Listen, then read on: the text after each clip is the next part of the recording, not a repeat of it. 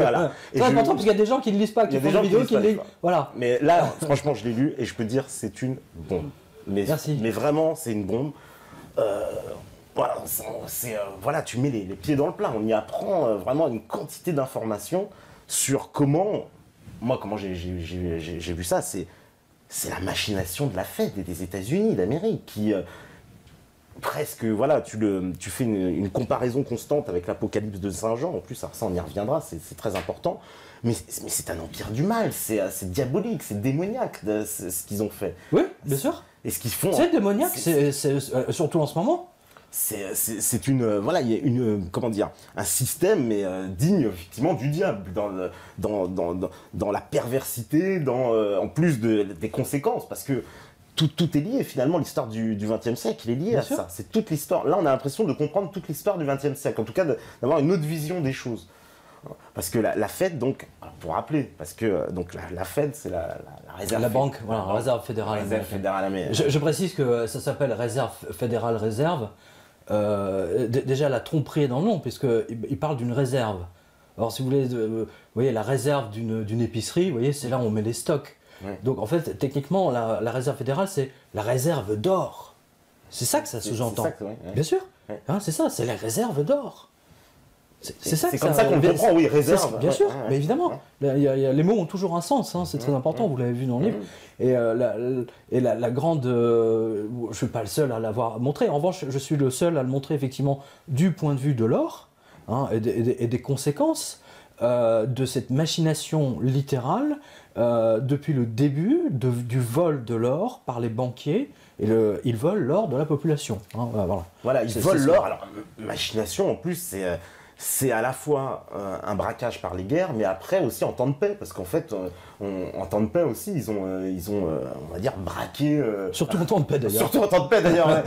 Surtout en temps de paix. En temps de guerre, ils ont fait très fort, puisque pendant la guerre de la Première Guerre mondiale et la Deuxième Guerre mondiale, je pense notamment à la Deuxième Guerre mondiale, les Américains exigeaient de la part des Anglais, aussi bien des Anglais que des Français d'ailleurs, hein, d'être payés en lingots d'or. Hein.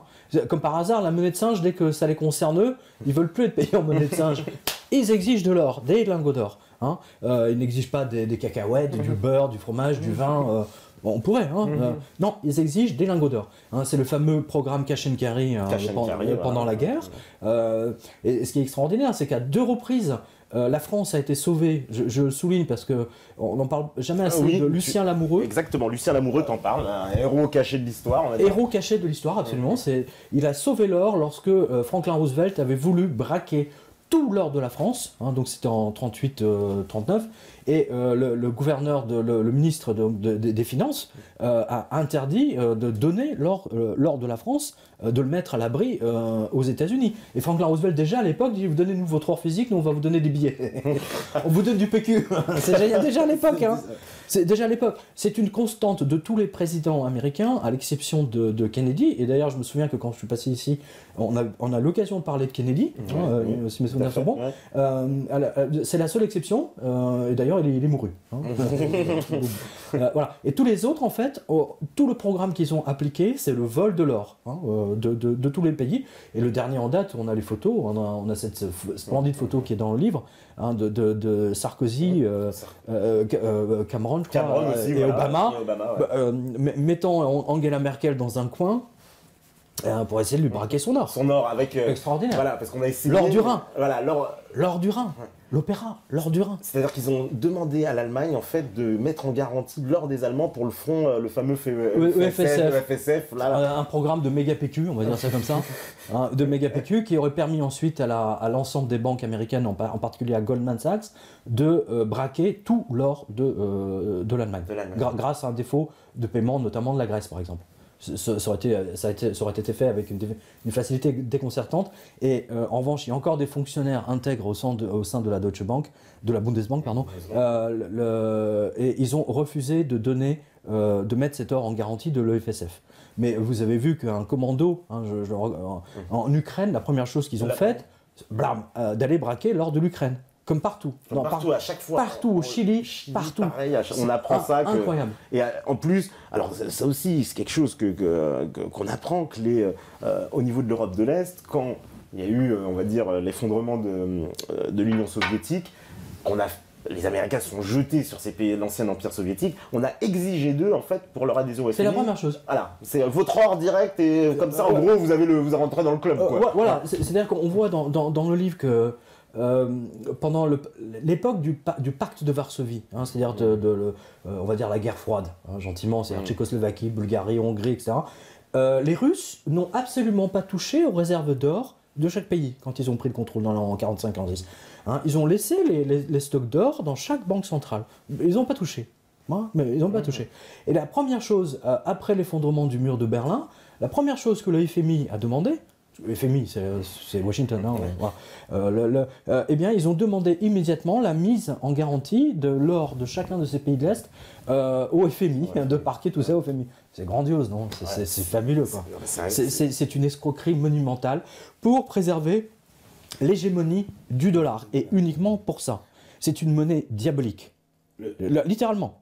C'est ce que je montre dans le livre, hein, en tout cas. C'est ce qui sort clairement de... Parce que le dollar, donc, ça met en place, en fait, une politique où, en fait, c'est ça, en fait, que, bon, même j'ai envie de dire, c'est pas très visible comme guerre. En fait, ils sont en train de...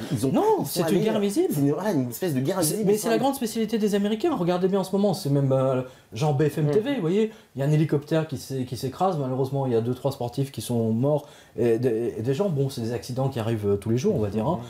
Mais pendant 3 jours, on ne vous parle que de ça. Pendant ce temps-là, on ne vous parle bien entendu pas de ce qui se passe ni en Grèce ni ailleurs. Hein, c'est la méthode américaine. C'est-à-dire, regardez là-bas, pendant que eux, ils sont en train de vous braquer votre coffre-fort, quoi, voilà. Et le but ultime, c'est ce que je montre avec ce livre, c'est le but ultime des Américains, c'est de voler, voler, c'est peut-être pas le terme, c'est de mettre la main d'une façon légale, hein, détournée, de mettre la main sur l'or de la France, de mettre la main sur l'or de l'Italie, du Portugal, de l'Espagne, hein, voilà, c'est ce qu'ils veulent, de manière à ce que, au bout du compte, la seule monnaie qui puisse exister, c'est le dollar, appuyé par l'armée américaine. Hein, c'est-à-dire que c'est un bout de PQ qui ne repose que par tous les chars Abrams, la capacité nucléaire. Voilà, c'est ce qu'ils veulent. Et ils ont quand même réussi à braquer un nombre incroyable de pays. On apprend, alors là, moi je pense que même pour certains de nos auditeurs, par exemple, on va parler du cas de la Belgique. Il y a beaucoup de Belges qui nous regardent, ils sont extrêmement nombreux. Ah oui, ben, on a des tableaux, on a des tableaux dans le livre qui sont absolument extraordinaires. Hein. N'oubliez pas, c'est un exemple que je donne, que je donne très souvent, mais qui résume bien le livre. Hein. C'est peut-être, je sais pas, c'est dans les pages, dans ces pages-là. Voilà. Écoutez bien, en 1935. Hein, donc avant la Deuxième Guerre mondiale, les stocks d'or de la France étaient presque à 4000 tonnes. 4000 tonnes, c'est... Voilà.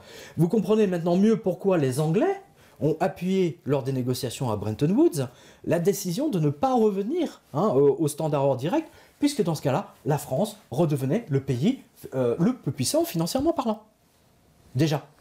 Il était hors de question pour les Anglais et les Américains, puisque la France avait perdu la guerre techniquement, hein, donc que la France devienne le pays le plus puissant aux côtés des États-Unis. Hein, les stocks d'or dans l'Angleterre étaient beaucoup plus bas. Alors, et là où ça devient intéressant, et vous allez bien comprendre la manipulation des traders actuellement de Wall Street, les pigs, les fameux porcs. Hein, hein, voilà. Si vous combinez, à l'époque, hein, si vous combiniez l'or des Français, des Belges et des Suisses, le centre commercial mondial se déplaçait immédiatement donc, dans le triangle Bruxelles-Paris-Genève. Déjà. Ensuite, ajoutez le Liban, pays catholique. Ah voilà, le Liban. Voilà. Pays catholique, les pays africains sous contrôle français et belge, d'accord. Et vous avez 70% de l'or mondial francophone. Donc pour le monde protestant, c'était impensable. Voilà, tout simplement. D'où les pigs. Hein, depuis 6 ans, je dis que cette manipulation des pigs, de l'attaque uniquement sur les pigs, c'est une attaque principalement religieuse, hein, littéralement. D'où, je veux dire, l'explication de 777 vient compléter celle-ci. Mais et alors, si vous ajoutez donc l'Italie, l'Espagne, le Portugal et l'Irlande, vous obtenez une masse phénoménale d'or catholique, c'est-à-dire 90% d'or catholique. Bon, terminé. Et donc vous comprenez maintenant pourquoi les accords de Bretton Woods, il n'était pas question de revenir au standard en direct, c'est-à-dire une monnaie qui est valable, on va dire, en fonction de ses stocks d'or, parce que n'oubliez pas, le stock d'or, c'est ce qui donne la confiance aux gens, hein, surtout à l'époque. Et donc, on est venu au standard or indirect, hein, le standard or de Franklin Roosevelt, puisque seuls les Américains, c'est la clé hein, de Bretton Woods, et c'est la clé de ce qui s'est passé en 71. Hein, les États-Unis étaient obligés d'échanger chaque mois tous les excédents de dollars que vous aviez. Hein, et c'est ce que faisait De Gaulle de temps à autre. Il renvoyait des bateaux remplis de billets verts. Et puis il demandait de l'or. Hein. Exactement. Et on lui donnait, en échange, on lui donnait des ors, des lingots d'or physiques. Et j'ai retrouvé donc dans les notes de la CIA, vous le voyez par là, vous en avez quelques-unes, de la CIA, que tout le travail de la CIA à partir de 1968, 67-68, c'était dans toutes les stations hein, en Europe, etc., empêcher les pays, les capitales, les États, les gouvernements de demander, enfin le ministère des Finances en l'occurrence, de demander l'échange des billets verts contre des lingots. Et c'est devenu une histoire encore plus folle à partir de 1970 et 1971, puisque, comme vous le voyez dans le livre, c'est en 1969 que les Américains ont voté les textes. Les Américains ne font jamais rien sans voter des textes avant, hein, des lois, machin. Ils ont voté les textes pour, d'abord pour eux, démonétiser leur propre dollar. En disant, voilà, le dollar, notre dollar ne repose plus sur rien, c'est l'air. Hein, voilà, c'est du PQ, voilà. Mais c'est officiel, hein, on a voté une loi, et derrière, et donc du coup, hein, ils ont forcé le monde entier ensuite, avec la fameuse déclaration de Nixon, le 15 août. Et c'est pour ça que je dis, faites tous attention à cette date, parce que la date du 15 août... Elle revient plusieurs fois. Elle revient très souvent dans ce... Hein, puis c'est des dates clés, hein, c'est pas n'importe... 15 août, hein, c'est la fête de la Vierge. Voilà. Et on voit bien, si vous voulez, donc le côté monétaire et spirituel se marient. Enfin, je ne sais pas ce que vous en pensez, mais ça va ensemble. C'est comme une espèce de divorce. C'est-à-dire que plus l'athéisme progresse, hein, et plus il y a une déconnexion en fait entre la valeur de la monnaie hein, et la disparition de l'or. Hein, c'est pour ça qu'on vous parle beaucoup de la plus on vous parle de laïcité machin bézieux et moins il y a d'or hein, voilà.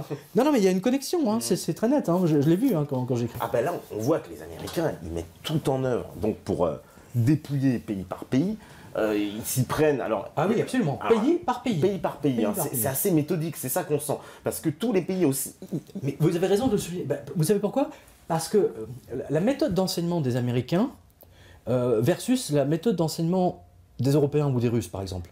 C'est, vous avez par exemple, prenons l'exemple, parce que le livre commence ouvre sur Saint-Pierre, donc prenons l'exemple d'un serrurier, hein, puisqu'il a les clés. Un serrurier français connaît le fonctionnement d'une porte. Il est capable de réparer une porte. Hein. Et bien entendu, il va vous mettre une nouvelle serrure, mais il est capable de raboter la porte, de machin, de trucs, etc.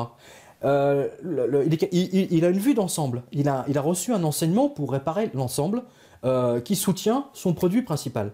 Les Américains, c'est autre chose. Ils fonctionnent de manière totalement différente. Vous avez le spécialiste.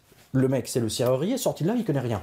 Hein, pour réparer la porte, il faut venir à un menuisier. Non, mais c'est ça. Il fonctionne comme ça. Tout le système d'enseignement américain, grosso modo, dans les grandes lignes, est comme ça. Et on le retrouve bien, d'ailleurs, je discutais avec un militaire il y a quelques jours, c'était très intéressant parce qu'il me disait que l'armée américaine, par exemple, ils sont dans l'incapacité d'être débrouillards. Hein, ils sont incapables, par exemple, de se faire à manger, comme nous. Enfin, en tout cas, moi, quand j'ai fait l'armée, vous aviez votre tambouille, vous étiez capable de vous faire à manger tout seul. Là-bas, s'ils n'ont pas un camion qui arrive avec le hamburger McDonald's, etc., qui accompagne l'infanterie, ils sont paumés. Non mais, vous voyez, on retrouve ce genre d'approches qui sont totalement différentes hein, dans quelque chose qui est le symbole des États-Unis, c'est-à-dire leur armée. Ah mais...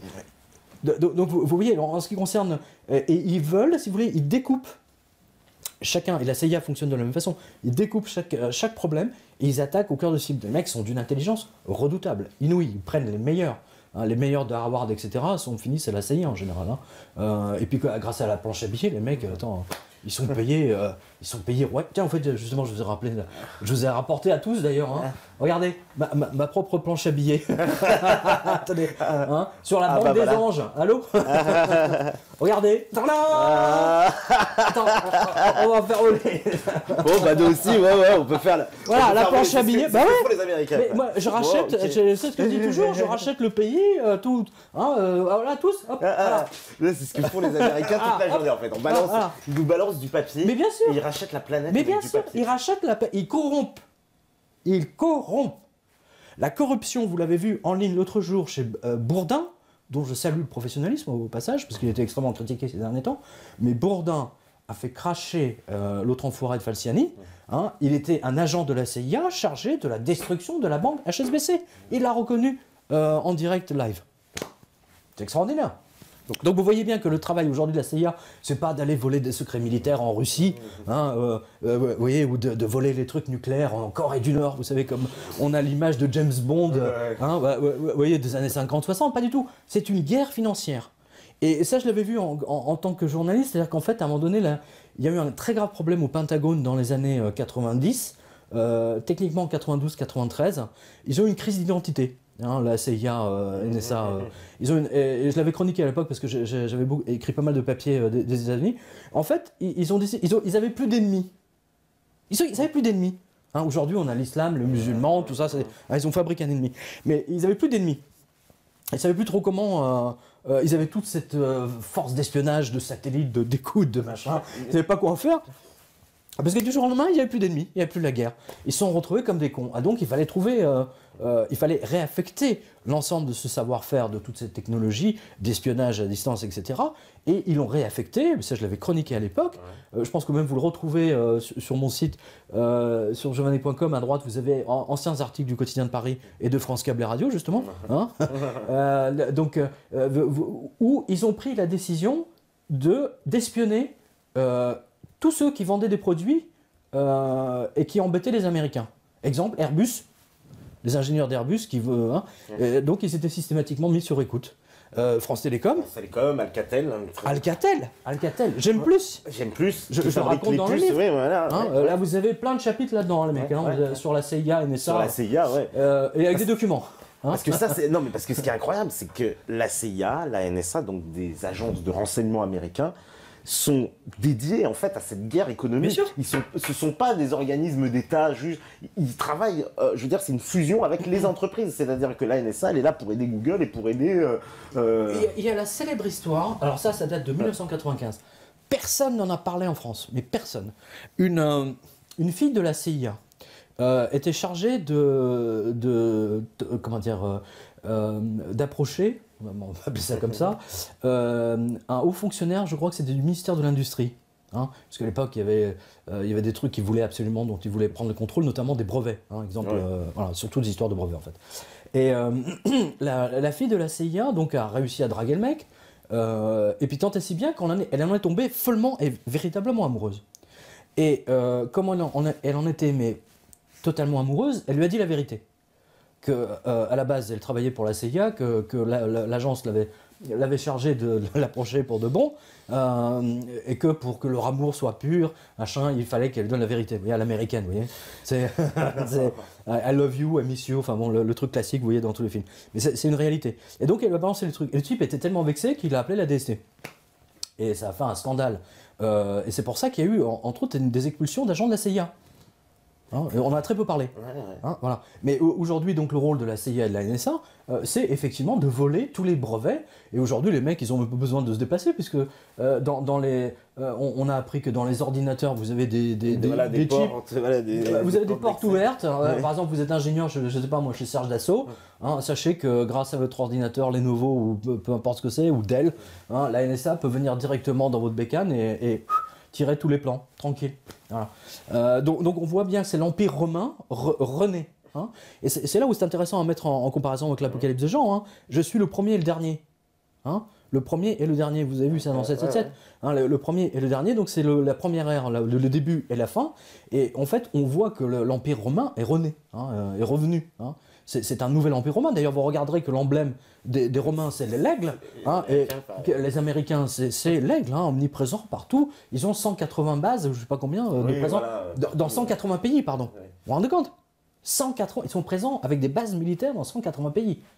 Ils ont des armées partout. Et avec la planche à billets, vous corrompez tous les politiques. Tous les politiques, parce que, alors, corruption politique et aussi médiatique, parce qu'ils achètent, ils prennent des participations partout, dans tous les médias. On a vu un journaliste allemand sortir un bouquin il y a 4 mois, je me souviens plus de son nom, mais vous allez le retrouver, où il explique, alors je crois qu'il travaille pour Spiegel, était spécialiste de politique étrangère, et il raconte bien qu'en fait la CIA l'a approché à plusieurs reprises de manière à raconter toutes les conneries pour favoriser la politique en général. D'ailleurs, c'est toujours en faveur de la politique américaine ou celle d'Israël. C'est grosso modo c'était toujours ces deux trucs-là. Et puis le mec, il a pété un plomb. Il me dit, je suis pas marié, j'ai pas d'enfant, je balance tout. Et il a sorti ce bouquin il y a 3-4 mois, qui fait un carton. Et ça s'appelle Verkauft, le journaliste, les journalistes achetés.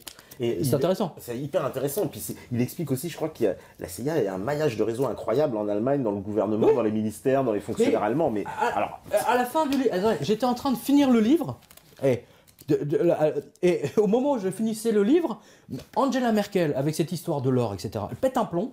La Bundeswehr met la main sur 2 espions de la CIA. Et là, au deuxième, elle a pété un plomb, elle a expulsé le chef de la station de la CIA à Berlin. C'est quand même extraordinaire. Donc, or, tout ce qui touche à l'or, les Américains veulent l'or de la France, du Portugal, de l'Espagne, de tous les pays, parce que les Belges se sont fait mettre. Mais alors les Belges voilà, j'ai pas. Alors je sais pas trop où c'est dans le livre. Les Belges, je me souviens qu'ils l'ont vendu petit à petit. Voilà, c'est la technique du voleur chinois. C'est-à-dire que la technique du voleur chinois, c'est ça, en plus, donc là ça nous fait des petites côtes de porc caramélisées. Donc, vous voyez, c'est le jour J, vous le déplacez. Vous commencez votre déplacement. Et puis, progressivement, tac, tac, tac, et puis un jour, vous le déplacez là-bas, et à un moment donné, parce qu'il disparaît de votre vue. Et donc, vous n'y prêtez pas attention, et c'est fini. Et les Canadiens, les Belges, se sont fait, mais en plus avec la complicité de leur gouverneur central. C'est monstrueux, c'est monstrueux, ce qu'on voit dans ce livre. C'est comme si on vendait la Joconde. Ça revient au même. Et c'est pour ça qu'il y a un chapitre qui s'appelle Nicolas Sarkozy, le grand traître. Le grand traître, le traître. Parce que alors, lui, il a vendu 600 tonnes d'or donc aux États-Unis à un prix de toute concurrence pour la Fed. L'or était au plus bas. Et comme je le raconte dans le livre, c'est très intéressant d'ailleurs. L'ambassade de France à Washington elle ne comprenait pas comment. Alors que Sarkozy était ministre du budget, donc il n'avait pas à être reçu comme un président. Il n'était pas président de la France, déjà. Mais on lui donne un rendez-vous avec Jon Snow, qui est le directeur du Trésor, et bien entendu avec Greenspan. Comme ça. Il arrive, non, pas prévu du tout. Pas prévu, par l'ambassade. Qui vient, tout le monde. Voilà, c'est page 309, on va vous le donner. Non, parce que je vais vous lire ce qu'a écrit le journaliste du Parisien ou du Point, je sais plus. Voilà. Sarkozy s'entretiendra avec Alain Greenspan, patron de la réserve fédérale et grand argentier du pays depuis 17 ans, avec le secrétaire du Trésor Jon Snow, et enfin avec le président de la Banque mondiale, James Wolfensohn, nous explique le Parisien du 23 avril 2004. Voilà. Et alors là, je vous lis le truc. Le numéro 2 du gouvernement a demandé, obtenu de rencontrer Colin Powell, chef de la diplomatie. Le mec est ministre du budget. Ministre du budget, et Condoleezza Rice, plus proche conseillère du président Bush pour les affaires étrangères.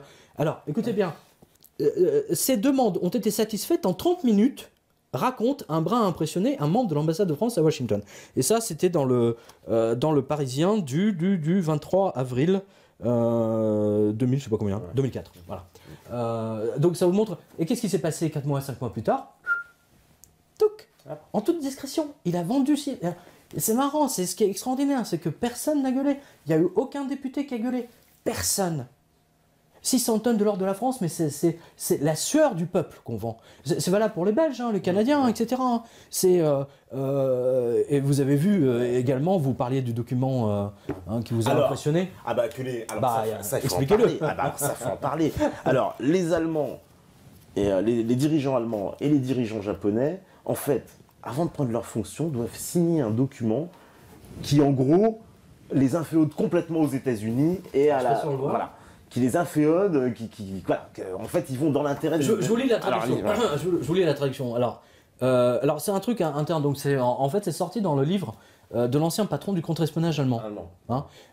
Qui racontait ses souvenirs dans un livre, et qui, vu le côté explosif du mal à se faire éditer, apparemment en Allemagne, ça a été... Non, interdiction. Voilà. Interdiction formelle d'être édité, donc il a édité dans une petite maison en Autriche. Voilà. Et en fait, je vous lis, alors ça concerne le traité d'État du 25/5/49, perte de la copie officielle numéro 4. Alors, c'est marrant parce que c'est un style de l'époque. Hein. Très honoré monsieur le ministre, la copie numéro 4 du traité d'État entre les puissances alliées et le gouvernement provisoire de l'Allemagne de l'Ouest du 21 mai 49 est définitivement égaré.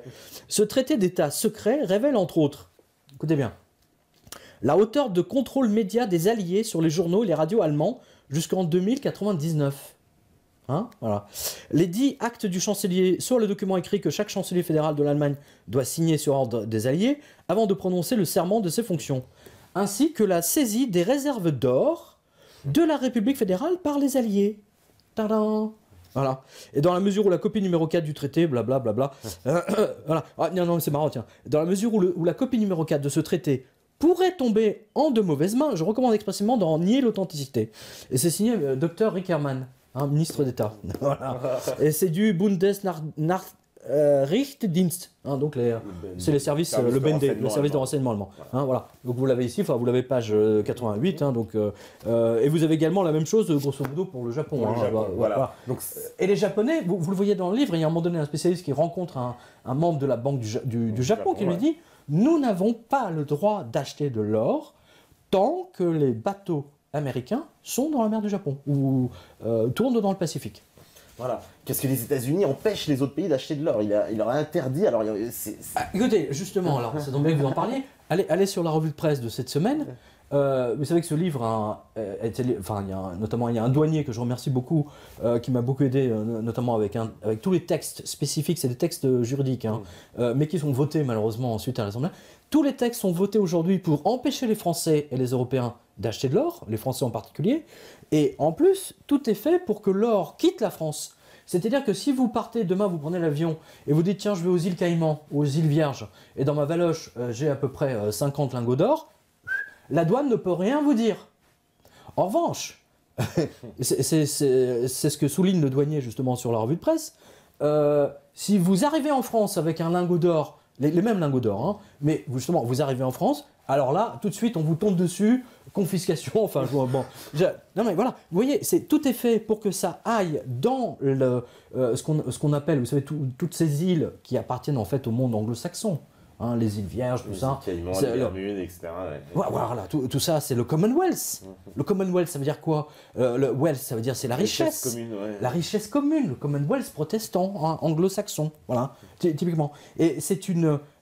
et moi,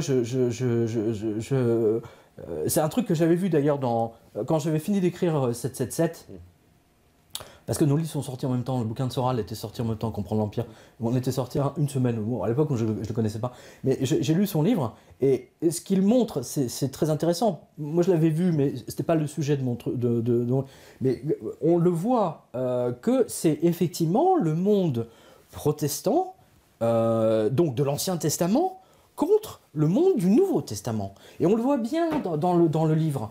On le voit bien que leur volonté, c'est de prendre absolument l'or, parce que quand vous prenez l'or d'un pays, vous faites du monetary debasement. C'est-à-dire que les gens n'ont plus de monnaie véritablement saine. Ils ne peuvent pas avoir une monnaie d'échange saine, et par conséquent un gouvernement sain. Et par conséquent une certaine forme, même une grande forme d'indépendance, on va dire ça comme ça. C'est surtout ça, voilà. Donc c'est un ensemble. À un moment donné, vous avez quelque part Lénine. C'est même Keynes qui cite Keynes qui cite Lénine. Oui. J'invente pas, c'est génial. Il dit quelle est la meilleure façon pour détruire un pays, sinon détruire sa monnaie. Ça n'invente pas ça.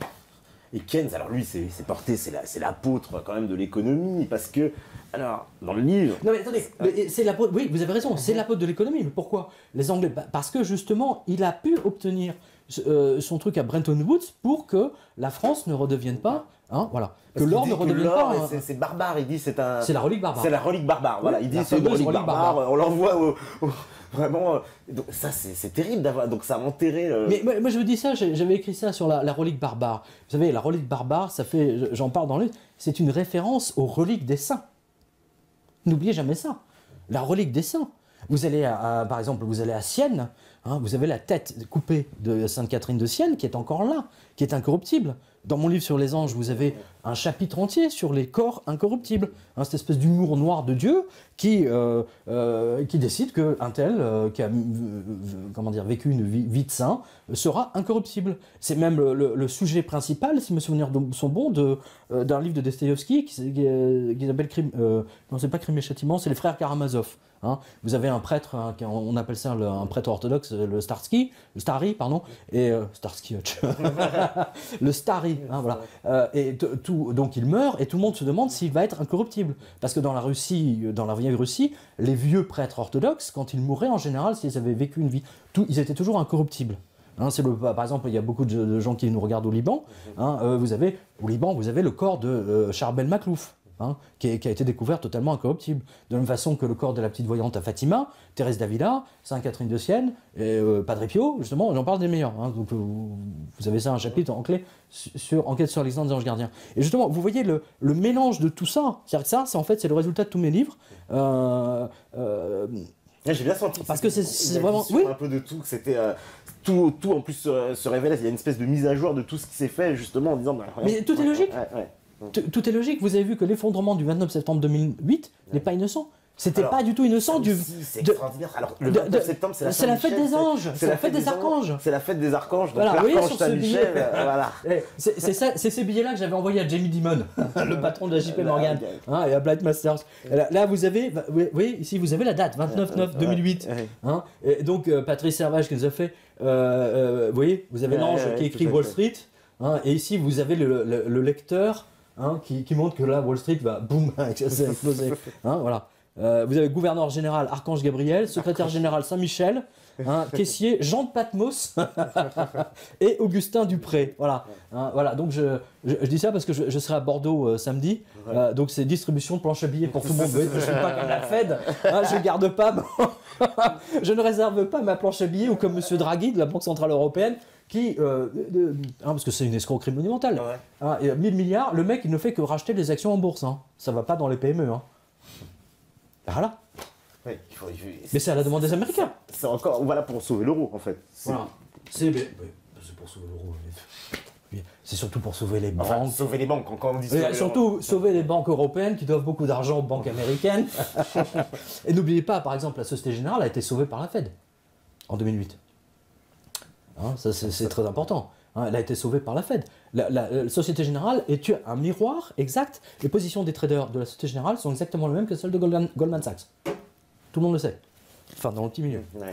Hein, et donc, oui, allez-y. Non, ça veut dire que la Société Générale, c'est quoi ils ont comblé le déficit parce que sinon ça allait s'effondrer, ils allaient fermer, c'est ça, ils étaient en faillite. Ils étaient avec AIG, ils étaient explosés. Je crois qu'ils étaient à 12 milliards, je crois. Ah oui, quand même. C'est la même banque qui vous dit ah non monsieur vous pouvez pas retirer 500 € en liquide. C'est les enfoirés de première. Donc ouais, et la chute du Vatican. Donc voilà. Parce que oui voilà, alors Saint-Michel c'est ça, 29 septembre c'est le jour de Saint-Michel, il y a toute la symbolique de Saint-Michel avec avec son épée qui tue le dragon. Enfin. Mais c'est le dragon à 7 têtes, c'est ça. Je montre dans le dragon à 7 têtes. Pourquoi Jean dit à 7 têtes j'ai eu l'occasion de l'expliquer 20 fois, mais 7 têtes parce que lui ne connaissait pas le papier. À son époque, le papier n'existait pas. Le papier allait arriver 600 ans plus tard.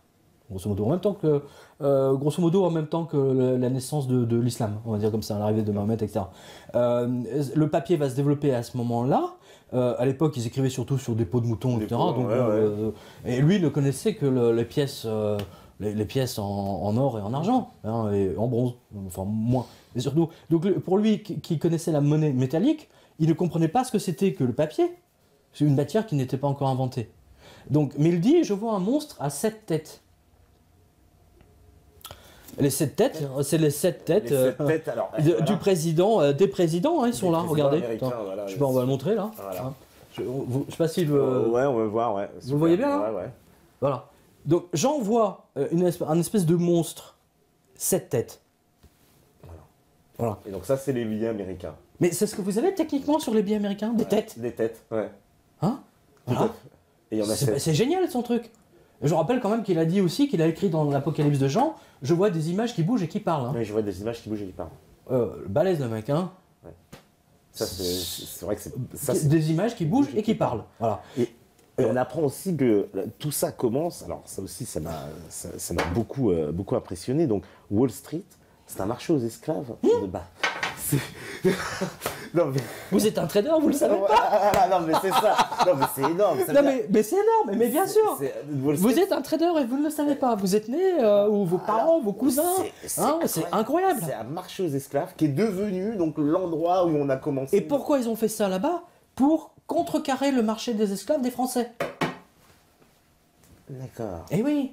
N'oubliez pas, New York avant, ça s'appelait New Amsterdam. New Amsterdam, bien sûr. Tiens, justement, je ne sais pas si en régie, ils peuvent nous trouver cette fameuse chanson qui est connue que du monde anglo-saxon. C'est New Amsterdam et New York. Et c'est une chanson des gens compagnons de la chanson anglaise. Ouais. Je ne sais pas s'il peut éventuellement le trouver. Ouais, c'est un groupe de 5 chanteurs. Genre la cinquantaine, soixantaine, quoi. C'est genre compagnon de la chanson anglaise. Parce qu'ils chantent justement le changement de nom de New Amsterdam à New York. Hein, voilà. Et le centre le Blight Masters, techniquement, vous savez que c'est ma copine, hein. Blight Masters habite juste à côté, parce que c'est à Tribeca, hein, dans le quartier de... Voilà. Ça, c'était le centre. C'est ici qu'on vendait les esclaves aux enchères. Ouais. Maintenant, on vend les actions aux enchères. Maintenant, c'est Wall Street. Donc, écoutez-moi, quand Jean dit dans son texte, 2000 ans avant, quand les anges lui montrent ce futur extraordinaire, il lui montre, je vois le diable qui s'installe sur une plage. C'est une plage, ça. D'accord ? Ouais. C'est une plage. Ouais. Hein, on va montrer une autre photo parce que ça peut peut-être les aider. Voilà. Ça c'est le New York à l'époque. Hein. Voilà. Allô? Donc ça c'est Manhattan. Je sais pas si on le voit. Parce que j'ai pas de retour, donc c'est non, ça. Non, mais on voit. Voilà. Donc la plage elle est là. Hein. Et le fameux mur Wall Street, il est là. C'est le mur des vallons. Alors c'était un mur ethnique pour empêcher les Indiennes de venir coucher avec les Blancs. Avec les Blancs, voilà. Parce que les Blancs protestants, vous savez, c'est uniquement... Voilà, donc c'est que le soir, dès qu'ils sont un peu... Voilà, c'est un mur ethnique. Voilà. C'est un mur ethnique, il faut dire ce qu'il y a. C'est exactement comme le mur aujourd'hui entre Palestiniens et Israéliens. Voilà. C'est très net. Ce mur-là, aujourd'hui, vous avez ça sur Google Maps. Donc Tribeca, c'est ici, Wall Street, tout ça, c'est genre... En fait, c'était le quartier général de l'esclavage absolu des Hollandais, tant que c'était hollandais. Il y avait, je salue tous les fumeurs, hein, parce que vous allez voir que Peter Stuyvesant est dedans. Voilà, Peter Stuyvesant, évidemment, le gouverneur c'est drôle. hollandais. Ouais. Non mais c'est incroyable. Peter Stuyvesant joue un rôle dans ce livre 666, c'est marrant. Qui aurait imaginé des trucs comme ça? Mais vous savez, moi j'ai pris un plaisir fou à écrire ce livre. Ouais. Et ça sent, un lecteur me dit que ça se sent et qu'ils sont emportés dans le... Ils peuvent pas le lâcher. Oui, j'ai des lecteurs qui disent, un peu ça. J'ai lu en 2 jours, je ne pouvais pas le lâcher, ça m'énerve. C'est un peu ça, parce que quand on s'y plonge, on tombe comme ça sur chaque... j'ai envie de dire, chaque anecdote comme une toile qui est en train de se tisser, puis on comprend, quoi. Mais bien sûr. On comprend ce qui est en train de se passer. C'est la vraie histoire du XXe siècle. Voilà. L'or, c'est la véritable histoire. C'est l'histoire des États-Unis, c'est la manipulation. Pourquoi ils ont fait un défaut de paiement? Parce que, bien entendu, ils n'ont pas pu respecter les accords de Bretton Woods. Bretton Woods dit, ça c'est de l'or, d'accord? Il dit, voilà, si vous avez 200 kilos d'or dans les forts dans la Fort Knox, vous devez avoir ça de billets. Voilà. Et vous ne pouvez pas émettre plus de billets que ça. Maintenant, si vous avez moins d'or, on va dire, vous avez ça, hein, vous avez pas, soit vous rachetez de l'or, hein, donc pour compenser, hein, soit vous n'imprimez pas. Qu'est-ce qu'ils ont fait? Tout le contraire. Avec la guerre du Vietnam, ils ont imprimé pour plus de centaines de milliards, hein, et ils ont dévalué, et en fait, ils se sont enrichis sur le dos des Européens. Toute la richesse aujourd'hui des États-Unis, c'est sur le dos des Américains. Et ça sera détruit intégralement, totalement. Comme vous avez... vous le verrez à la fin. On va dire, parce que c'est important de suivre le fil spirituel. Vous voyez ce que je veux dire? C'est quelque chose qui me tient à cœur parce que, moi je dis très souvent, hein, n'oubliez pas, dans 777 et à la radio, j'avais donné la sortie de Benoît XVI. Donc, ce qui valide mon interprétation du texte de Jean, d'une part, et ce qui valide mon interprétation, d'autre part, du 666. L'un ne va pas sans l'autre. Hein, voilà. Donc, si vous voulez vraiment savoir ce qui vous attend là, c'est pas tant de savoir qu'il y aura des révoltes, c'est pas ça. C'est que vous compreniez la logique et pour que vous intégriez dans votre environnement ce que vous devez, comment vous préparez à ça. Voilà, on va dire ça comme ça. Et ça veut dire que si, voilà, demain le dollar va s'effondrer. Tous les pays, Il s'est déjà effondré. il s'est déjà effondré, voilà.